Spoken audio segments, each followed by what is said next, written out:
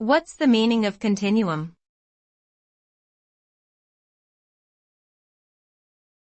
Continuum.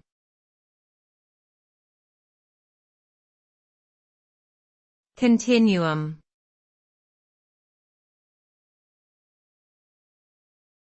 Continuum.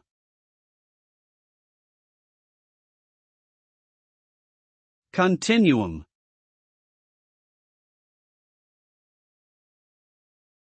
Continuum refers to a continuous sequence or progression, in which adjacent elements are not distinctly different from each other, but rather blend gradually into one another. It can refer to a range of anything, such as colors, sound frequencies, or concepts. The concept of continuum is often used in science and mathematics to describe phenomena that exist on a spectrum. It is also commonly used in the social sciences to describe the gradual changes in cultural or societal norms.